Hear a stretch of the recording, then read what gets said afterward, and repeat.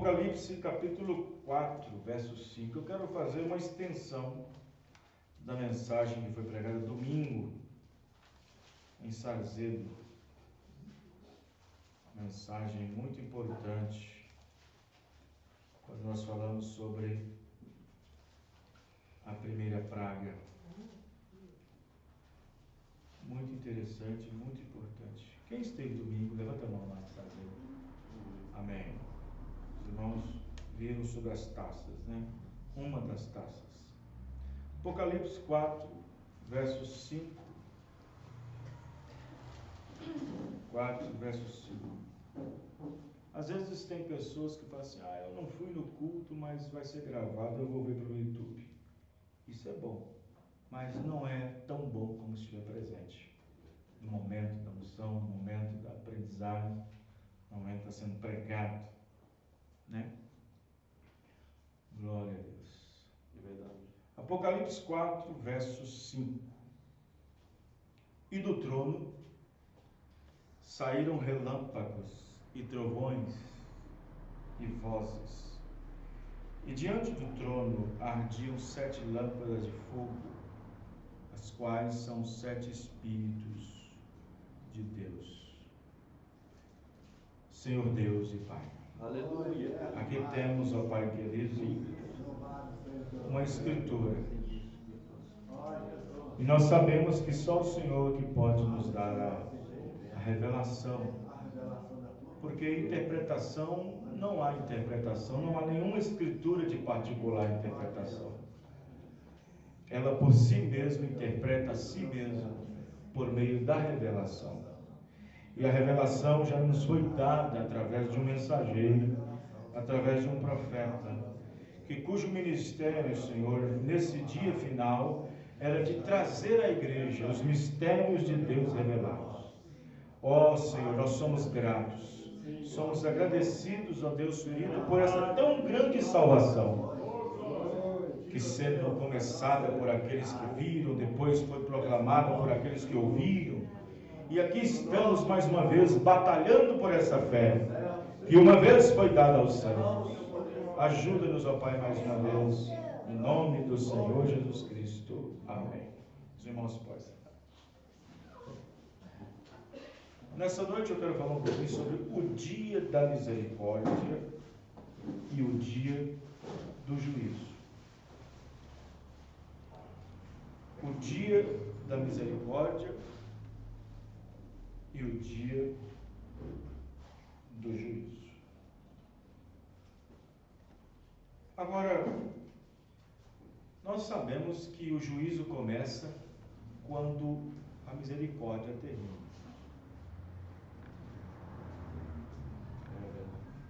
Sempre foi assim. O juízo começa quando a misericórdia termina. Não tem como o dia terminar se logo em seguida não vem a noite. A noite começa quando o dia termina. O dia começa quando a noite termina. E assim sucessivamente. Nós sabemos que a misericórdia precede o juízo. Isso quer dizer que no caminho do juízo está a misericórdia. Nós sabemos que Deus é longânimo, Deus é benigno, Deus é misericordioso. Mas todo esse poder, essa virtude que está em Deus, um dia essas virtudes, com o tempo, de acordo com as Escrituras, para que nada falte, nem para cima nem para baixo, para que nenhuma Escritura deixe de cumprir, haverá um fim para a misericórdia. Isto quer dizer que haverá um fim onde Deus deixará de exercer a misericórdia. Ele não deixará de ser Deus nunca, claro que não. Mas ele deixará de exercer misericórdia para começar a exercer o juízo. Então, observe que o profeta Irmão Branham, ele pregou uma mensagem intitulada Advertência, depois Juízo. Na mesma mensagem, ele diz: Deus nunca envia juízo para as pessoas ou para o mundo sem antes advertir o povo. Seria injusto se Deus logo enviasse juízo sem que houvesse uma advertência. Isso deixaria Deus de ser justo. A justiça de Deus, ela é completa quando Ele faz justiça. Deus deixaria de ser justo se Ele não advertisse, se Ele não colocasse algumas placas de advertência no nosso caminho. Se Ele não colocasse algumas placas dizendo: vire aqui, dobre aqui, pare aqui, siga, não faça isso, faça aquilo. Então, a misericórdia de Deus, ela é em forma de advertência. A misericórdia de Deus é em forma de advertir. Por isso que o amor de Deus está entrelaçado à disciplina. No livro de Hebreus, diz que Deus, a maneira dele provar que nos ama é nos corrigindo, é nos açoitando. No entanto, a advertência de Deus, ela é de fato uma misericórdia. Essa palavra longanimidade vem da palavra longânimo. Isso quer dizer que existe alguém que tem uma paciência enorme. Então Deus é longânimo. E esta palavra longanimidade apareceu lá em Pedro, na sua epístola, quando Pedro disse que Jesus desceu na região dos perdidos e pregou aos que estavam em prisão. Aí Pedro diz: por quê? Jesus desceu lá para pregar aos espíritos que estavam em prisão, pelas quais se esperava a longanimidade de Deus nos tempos de Noé. Isso quer dizer que a advertência com sinal de misericórdia foi uma longanimidade de 120 anos. Quem está entendendo, irmãos? Então Deus é longânimo. Mas todas essas virtudes, esses exercícios em Deus, um dia terminam.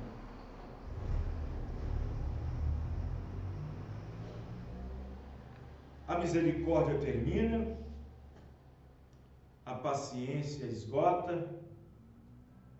A única coisa que não acaba em Deus é o amor, porque Ele é o amor. Quem está entendendo?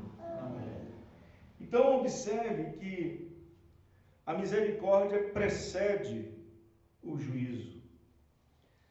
E o irmão Branham diz na mensagem O Sinal, para quem tem em casa, lá para o parágrafo 240 e alguma coisa, o irmão Branham diz: hoje é o dia da misericórdia. Ele quis dizer que Da mesma forma que Jesus estava há 2000 anos atrás manifestando a palavra prometida para seu dia, ele disse para Israel quando não viu a misericórdia. Ele disse que Israel não percebeu a visitação de Deus. E a visitação de Deus é um sinal de misericórdia. Quem está entendendo, irmãos? Então, nessa mensagem, o sinal, ele disse: hoje é o dia da misericórdia. Ele disse mais: o propiciatório está à vista para todos. Mas chegará um momento em que o propiciatório vai se esvaziar, isto é, haverá uma limpeza no propiciatório, e logo que aparece dentro, aparece fumo, fumaça, aí já não é mais misericórdia, aí já é juízo, já começa a exercer o juízo. Se vocês observar um tribunal onde uma pessoa é julgada, acontece duas coisas num tribunal: ou a pessoa é condenada ou ela é absolvida. Então existe misericórdia e existe juízo. Existe acusação e existe a inocência. Então, para vocês observarem, quando o irmão Branham se referiu que hoje é o dia da misericórdia, ele disse sobre a visitação de Deus para esse dia. Ele falou sobre o tempo em que a palavra de Deus foi manifestada nesta última era. O dia da visitação. O dia em que Deus enviou sua palavra e a tornou manifesta entre essas pessoas numa era sumamente religiosa e incrédula. Deus se manifestou a todos. Amém, irmãos? Amém. Por meio de sinais e maravilhas e muito mais ainda, vindicado e provado pela sua própria palavra. Amém. Então esta é a misericórdia de Deus para esse dia. Mas se essa é a misericórdia para Deus, para nós nesse último dia, quando é que ela termina? Quando é que esta misericórdia termina? O profeta irmão Branham disse: quando o último eleito terminar a entrar na arca, quando o último eleito entrar na arca, quando o último eleito entrar no corpo místico de Cristo, quando o último eleito for manifestado na terra, reconhecido no céu, quando o último eleito for declarado na terra, no momento em que a mensagem for revelada, aceita por esse último membro do corpo de Cristo, a misericórdia termina. Quem está entendendo, irmão? A misericórdia termina. A misericórdia termina. O profeta irmão Branham disse que primeiro entrou os animais na arca, depois entrou a família de Noé. E quando foi que a misericórdia terminou? Quando foi que a misericórdia terminou? Havia 120 anos de misericórdia. Aí você fala assim: pastor, qual era o sinal de misericórdia no tempo de Noé? A pregação, a palavra, a mensagem era a misericórdia. Amém, irmãos? A misericórdia era o sinal, a misericórdia era o sinal. E no entanto, quando a última pessoa entrou na arca, quando o último entrou na arca, a misericórdia terminou. Quem entenderam, irmãos? A misericórdia terminou. Então você observa bem que quando o último eleito, diz o irmão Branham, quando o último eleito entrar no corpo de Cristo, se posicionar no corpo de Cristo, ser declarado na terra, a mensagem entrando no seu coração, quando ele for reconhecido no céu como posição, batizado no corpo de Cristo, a misericórdia termina. Porque precisa que o último eleito entre, e Jesus disse, e nenhum deles vai se perder. Amém, irmão? Amém. Nenhum deles pode se perder. Porque ele disse, todos os seus nomes estavam escritos ali na sua mão. Amém, irmãos? Amém. Que mão é essa? A sua palavra. Porque o nome de todo mundo não cabe na mão. Uma mão comum. Então, quando o último eleito entrar, então a misericórdia de Deus termina. Aí você fala assim, pastor, quem está barrando o juízo? Quem está segurando o juízo? É Jesus no céu, como mediador, fazendo intercessão pelo último eleito que entra? Ou é uma pessoa nessa terra que está desgarrada por aí, com fome de Deus, mas não sabe onde é que está o alimento, até que a luz entre no seu coração? Irmão, nesse momento Jesus não é juiz. Nesse momento Jesus é advogado. Jesus é apenas o mediador entre Deus e o mundo. Então quem está segurando o juízo não é Jesus. Quem está segurando o juízo é o eleito, que ainda não entrou. Quem está entendendo, irmãos? É o eleito que não entrou ainda. Por causa desse último eleito, Deus não pode fazer nada. Deus não pode fazer nada. Porque Ele não pode condenar um filho. Ele não pode mandar um que tem seu nome no livro da vida do Cordeiro, que foi morto antes da fundação do mundo, ser prejudicado junto com os demais. Então, se Jesus está fazendo mediação, mediador, o intercessor não é juiz, não é julgamento agora. Então, quem está segurando o juízo nesse momento agora é o último eleito. Mas quando o último eleito entrar, irmão, a misericórdia acaba. Amém, irmão? A misericórdia acaba. Vocês estão me entendendo o que eu estou dizendo? A misericórdia acaba. A misericórdia acaba. A misericórdia acaba. Então, quando o último entrar, a misericórdia acaba. Então, você observa bem que nós encontramos no capítulo 4 de Apocalipse, nós vemos que no capítulo 3, a noiva sobe, diz o irmão Brana. Só no capítulo 19 é que a noiva retorna, volta para o milênio. Então, entre o capítulo 5 e o capítulo 18, está tudo acontecendo entre 1, 2 e 3 de Apocalipse. Porque a noiva sobe no capítulo 3, no capítulo 4. Quem está entendendo, irmãos? Amém. Bom, isso é outro detalhe que eu queria ensinar. Então, quando o último eleito entra, o cordeiro levanta do trono. Ele sai do trono. Sai do trono para reclamar o que é seu. Ele esteve por 2000 anos ali, intercedendo pelo último eleito entrar. Mas quando o último eleito entrar, ele levanta do trono. Ele então agora levanta como aquele que vai reclamar a sua herança. Ele vai reclamar o que é seu. Ele sai e se levanta do trono.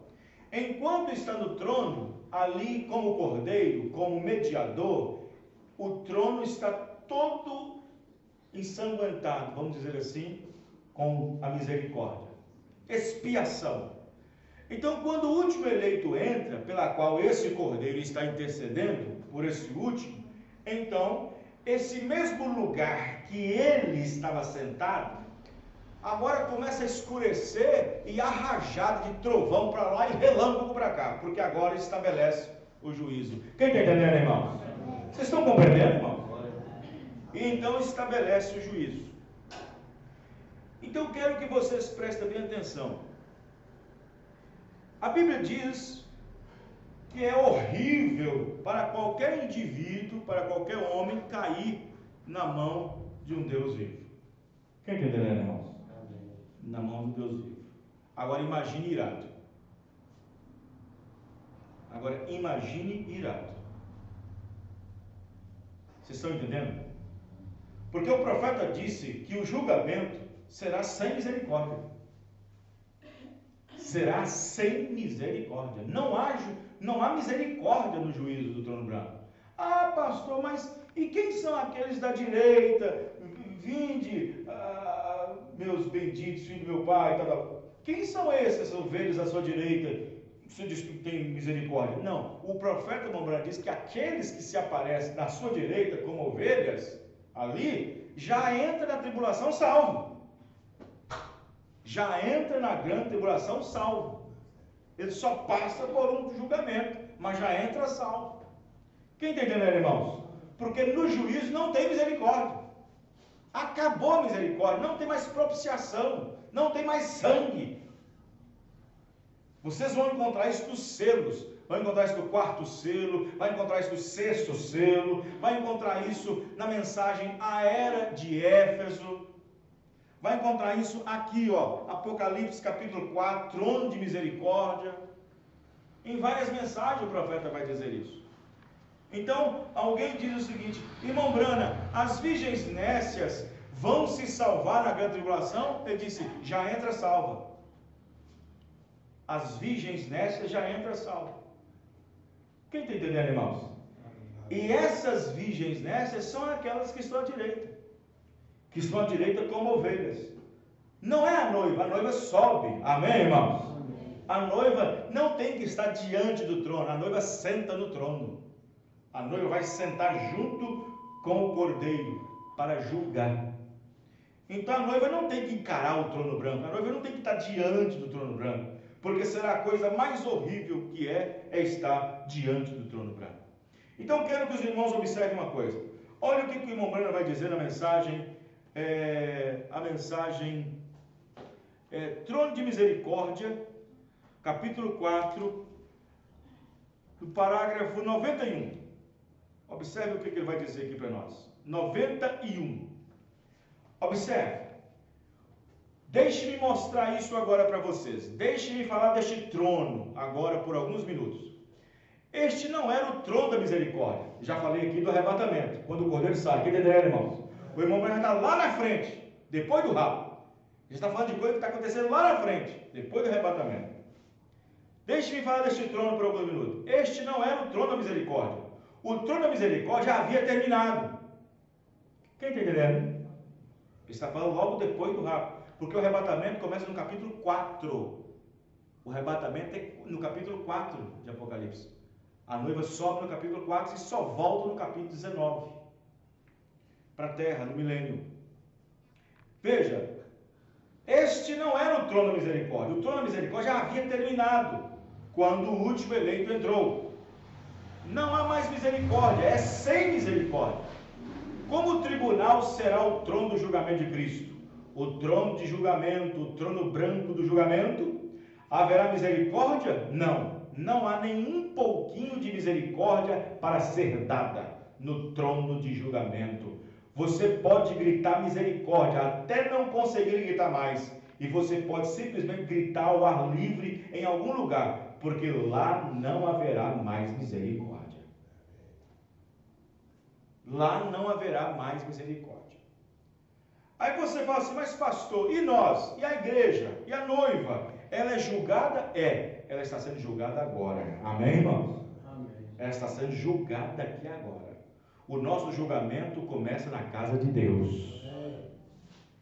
Toda pessoa que não quer ser julgada aqui agora, começando no púlpito, começando no trono aqui, ó, todo julgamento, o julgamento começa pela casa de Deus. Começa aqui. E todo aquele que rejeita ser julgado aqui agora pela palavra de Deus, ele está desejoso de encontrar com o trono branco. Se as pessoas estão, eu não aguento isso, eu não suporto isso, eu não aguento aquilo, não aguento aquilo outro. Oh, irmão, fazendo escusas pela pregação, pelo juízo que começa na casa de Deus. Como é que vai se portar no trono branco? se o nosso julgamento começa na casa de Deus. Agora, é melhor ser julgado aqui agora, porque aqui está banhado com a misericórdia, amém, irmão? Está enlameado, ensanguentado com a misericórdia de Deus. Aí no parágrafo 92 ele disse: agora, esse momento é o dia da misericórdia. Vamos voltar ao Velho Testamento aqui só um pouquinho. Ele falou do tempo que termina, ele falou agora. Vamos voltar ao Velho Testamento só um pouquinho e descobrir o que é misericórdia. Voltar e ver o que aconteceu com este trono. Este trono, naturalmente, o trono do julgamento, era aspergido com a expiação, sangue. E desde que o sangue esteja no trono de julgamento, não é julgamento mais. Então eu quero que os irmãos prestem atenção no que eu vou dizer aqui. No deserto, quando Israel estava na sua peregrinação, havia o tabernáculo. Estão me ouvindo, irmãos? Havia o tabernáculo. O tabernáculo, ele era desmontado e montado toda vez que Israel se levantava em acampamento. Aí quando Israel acampava, quando a coluna de fogo parava, era hora de parar. Então o que acontece? Israel entendia que Deus queria que o povo parasse por uns dias da sua jornada. Então estendia tudo, fazia tudo, montava o tabernáculo, aquela toda a bacia, ali estava o altar do sacrifício, lá estava a bacia com a água, lá estava a mesa com os pães de proposição, lá estava o candelabro com 7 hastes queimando, lá estava a pele de texugo para os santos dos santos, que é o templo, o terceiro átrio. Então, o templo, o tabernáculo, tinha 3 partes: o átrio, o lugar santo e o lugar santíssimo. O átrio, o lugar santo e o lugar santíssimo. No lugar santíssimo havia a arca da aliança, havia 2 querubins com suas asas batendo as pontas umas com as outras, protegendo a arca. Dentro da arca estava as 2 tábuas da lei. Havia também uma bacia com porção de maná, que foi o primeiro que caiu, e havia a vara de Arão que ficava encostada à arca. Então vamos lá. Então, uma vez por ano, o sumo sacerdote entrava lá. Para quê? Para fazer uma oferta de sacrifício para ele, como pastor, sacerdote, e para o povo inteiro que estava lá fora. Então o que acontece? Para entender como era o trono, então era assim: ele entrava então, matava um novilho, matava um cordeiro, ele era preparado, e ele entrava então com a bacia cheia de sangue, presta atenção, cheia de sangue, na mão dele, e era colocado na mão dele uma espécie de esponja na mão dele, e ele era amarrado com a corda com um sinete na frente, e o sacerdote ia dando corda para ele. O sacerdote tinha que preparar para entrar ali, porque naquele lugar habitava a glória da Shekinah. Sem sangue ali dentro é juízo. Os 10 mandamentos estão lá, a lei está lá, é julgamento. Se o sacerdote tivesse algum probleminha, entrando lá dentro, já morria na hora, porque tinha pecado. Ele tinha que entrar com uma bacia de sangue, porque o sangue fala da misericórdia, mas lá dentro tem juízo. Então, quando ele entrava com o sangue, com a bacia, e a pele de texugo, a pele que dividiu o santo do santíssimo, então a glória estava lá dentro, Deus estava lá dentro, Deus é justo, e a sua justiça é santa. Então, ele não podia entrar ali de qualquer maneira. Ele pegava a bacia e ia entrando devagar. Ele não podia parar de falar assim, ó: santo, santo é o Senhor. Santo, dava um passinho, e dava um passo. E aí, aquilo caía nas costas dele. Quando ele metia o pé lá dentro, ele pegava aqueles outros e ficava assim, ó, aspergente. Molhava tudo de sangue, molhava o querubim, molhava a arca, aquilo ficava tudo cheio de sangue, como se fosse um matadouro. Chegava tudo de sangue ali. Naquele momento, quando tudo estava cheio de sangue, já não era mais um lugar de tribunal de juízo, agora era de misericórdia. Amém, irmãos? Então, quando ele saía lá de dentro, depois do trabalho feito, toda a igreja lá fora ficava vibrando com alegria, dando glória a Deus, porque eles estavam nesse momento usufruindo da misericórdia de Deus. Amém, irmão? Estão entendendo? Aí depois, depois o sumo sacerdote entrava de novo para limpar todo o sangue. Uma gotinha de sangue que ele visse no chão, ele tinha que limpar tudo. Limpava tudo. Uma gotinha, não podia ter uma gotinha de sangue, porque o sangue fala da misericórdia. Quando ele limpava a última gotinha de sangue, voltava a ser juiz de novo. Estão entendendo? Aí mais um ano, de novo, para fazer outra oferta. Quem está entendendo, irmãos? Vocês compreenderam isso, irmãos? Então, quando o sangue for retirado, quando o cordeiro que está ali, fazendo mediação, o mediador intercedendo no lugar de intercessão, no trono de misericórdia, quando ele se levantar, ele vai requerer o que é seu, que é a noiva. E quando ele levanta do lugar que é de misericórdia, se converte em trono de juízo. Quem está entendendo, irmãos? Já não há mais sangue, agora é fumaça, é fumo, é trovões, é relâmpago. Vocês entenderam isso, irmãos? Então o profeta explicou isso para nós aqui, eu tentei mostrar com mais ênfase. E desde que o sangue esteja no trono do julgamento, não é julgamento mais, é misericórdia, porque algo morreu para barrar o julgamento. Se você vê isto, diga amém. Você vê, irmão? Você entendeu? Ele está dizendo, você entendeu isso? Diga amém. Uma vez que o sangue estava no propiciatório, mostrava que algo havia morrido para conter o julgamento. Mas quando a igreja é raptada, é levada no arrebatamento, o trono de misericórdia se torna um trono de julgamento. É o mesmo trono, só muda. Quem está entendendo, irmãos? Vê? A mesma cadeira que o juiz absorve é a mesma cadeira que o juiz condena. Então observe bem que o irmão Branco diz aqui. Agora, como vai ser isso? Como as pessoas não entendem isto? Hoje as pessoas se fadigam, se cansam, fadigam, discutem, murmuram por causa de uma pregação doutrinada, de uma pregação de rudimento, de uma pregação de exortação, através e por meio de um comedor de feijão, que é o pastor. Houve um sermão, ou uma exortação, um comedor de feijão. Mas e quando esta exortação e esse julgamento não for mais por um comedor de feijão? Será pelo próprio Deus. Quem está entendendo, irmãos? Eu não suporto isso, não suporto aquilo, fica fadigado, e com a palavra, com a pregação, eu não suporto isso. Irmão, você não está suportando aqui, o profeta diz na mensagem, o trono de misericórdia, no parágrafo, olha aqui que ele vai falar, no parágrafo 197, olha o que ele diz aqui, irmão, olha o que o profeta diz sobre o trono branco, presta bem atenção nisso aqui. Olha, irmão, eu quero que vocês entendam uma coisa, deixe-me ser colocado diante de uma metralhadora. Sabe o que é metralhadora? O que é metralhadora? Uma arma que dispara várias balas por segundo. Por isso que chama metralhadora. Deixe-me ficar diante de uma metralhadora, não diante do trono branco. Deixe-me ser cortado em pedaços. Você já viu como... me dá um quilo de carne moída. Coloca aquele pedação de carne ali que tu pensa, moer. O profeta está preferindo isso. O profeta preferindo moer, como fosse uma carne. Deixe-me ser cortado em pedaços. Deixe-me ser serrado polegada por polegada.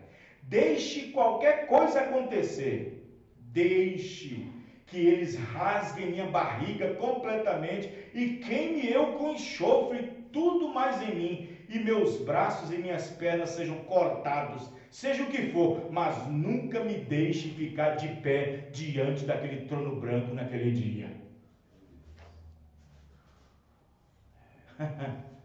Olha só que situação.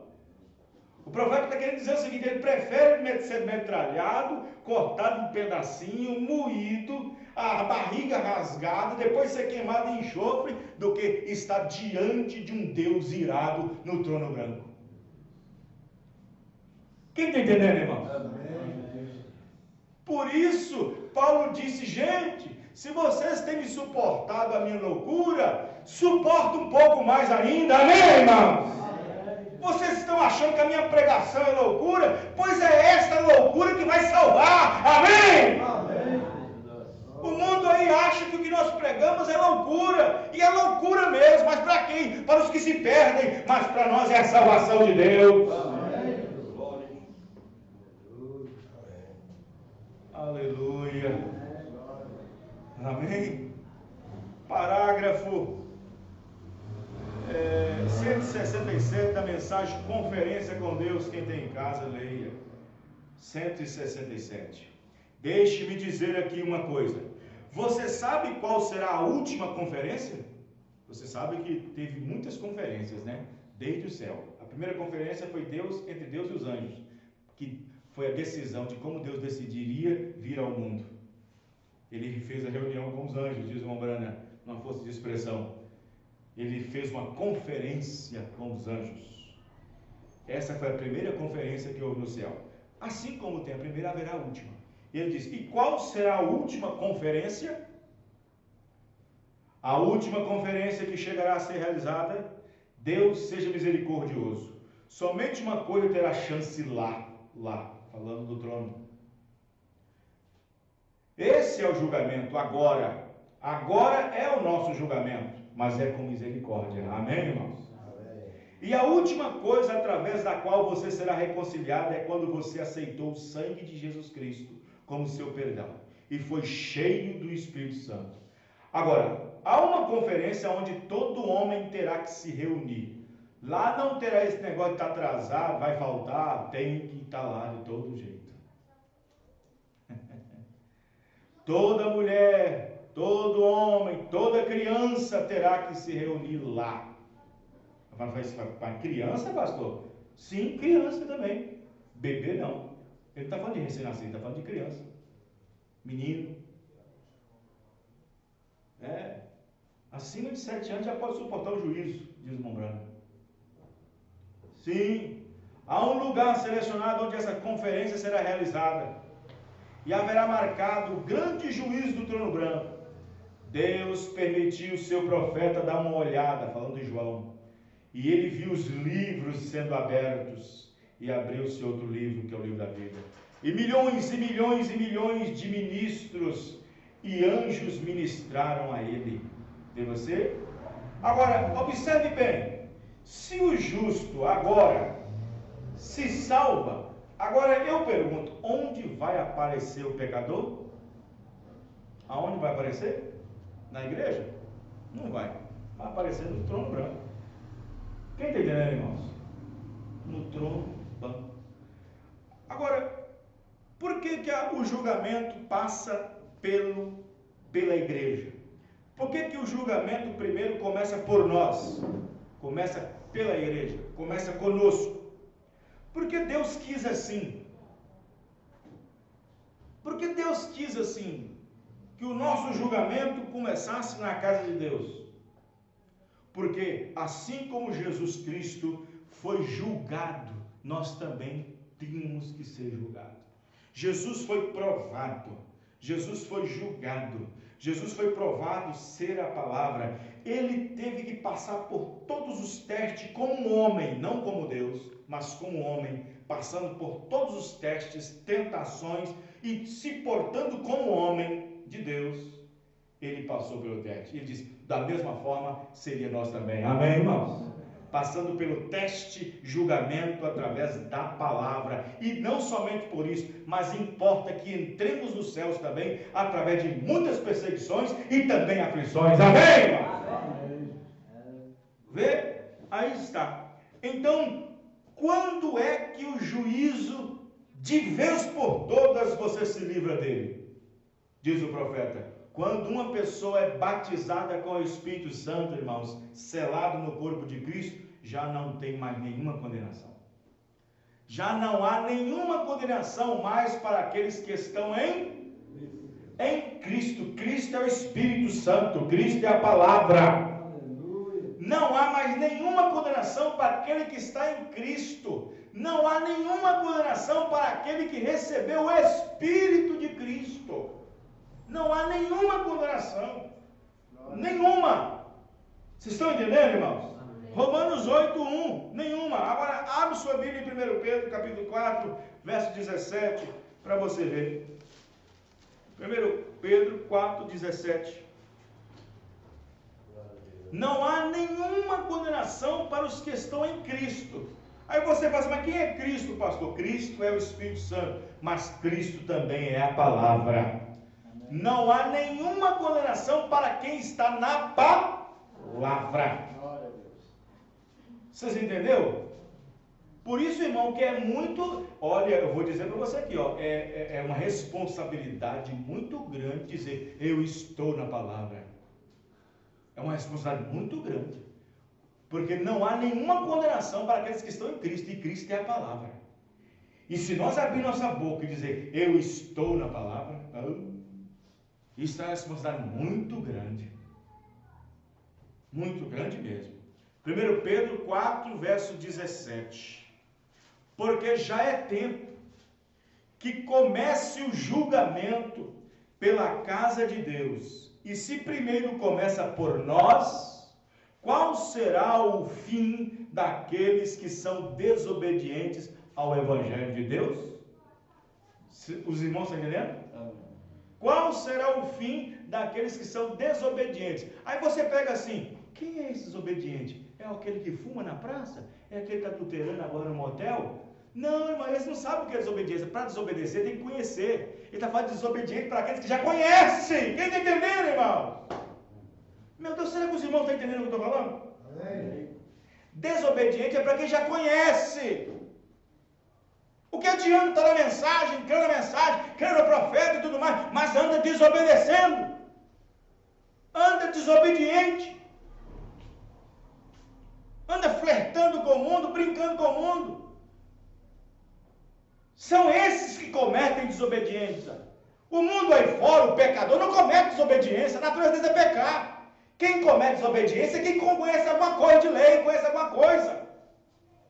Por exemplo, se eu errar, se você errar, você cometeu desobediência. Mas um pecador aí fora não comete desobediência, não. A natureza dele é pecar.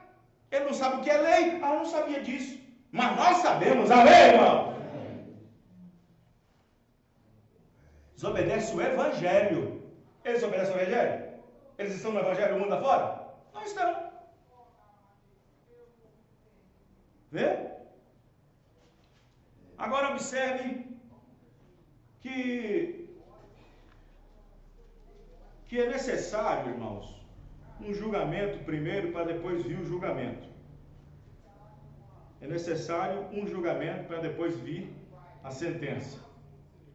Você sabe que não tem nenhuma sentença sem julgamento. Eu nunca vi um juiz dar sentença sem primeiro ter o julgamento. E a sentença não é tão difícil, irmão. Difícil é estar no julgamento.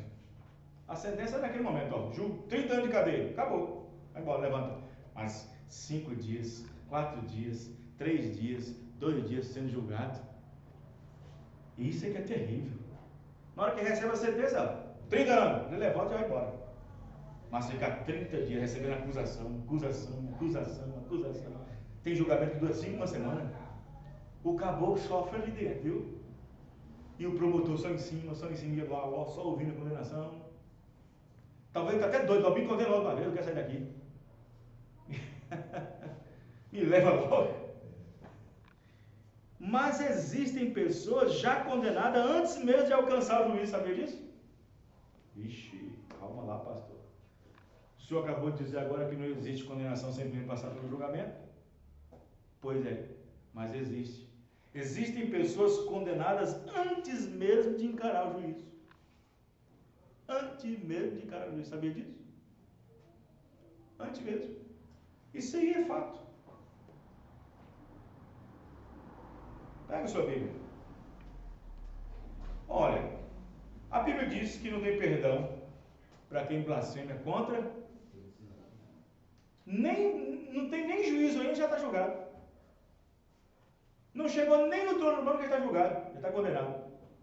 Vocês estão entendendo o que eu estou dizendo? Blasfemar contra o Espírito Santo, blasfemar contra a palavra, blasfemar contra a mensagem desse dia, acabou. Nem chegou o trono branco que está condenado. que Jesus Cristo disse em São João 3. Olha o que o Senhor Jesus Cristo disse em São João 3 sobre condenação e julgamento. São João, capítulo 3, versículo 19.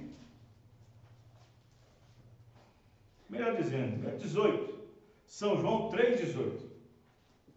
Quem crer nele não é condenado, mas quem não crê já está condenado. Ué, mas quem não crê já está condenado? Nem passou pelo processo de julgamento ainda. Quem não crê já está condenado, porquanto não crê no nome do unigênito Filho de Deus. Olha o 19. E a condenação é esta: que a luz veio ao mundo, e os homens amaram mais as trevas do que a luz, porque as suas obras eram más.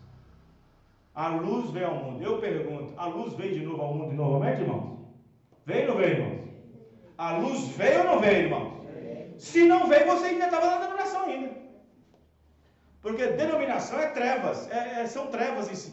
Ah, pastor, mas como é que o senhor pode chamar a denominação de trevas? Gente, não é que a denominação é treva, os ensinos que são trevas. Isso aqui, ó, essa escuridão aqui, é trevas doutrinárias.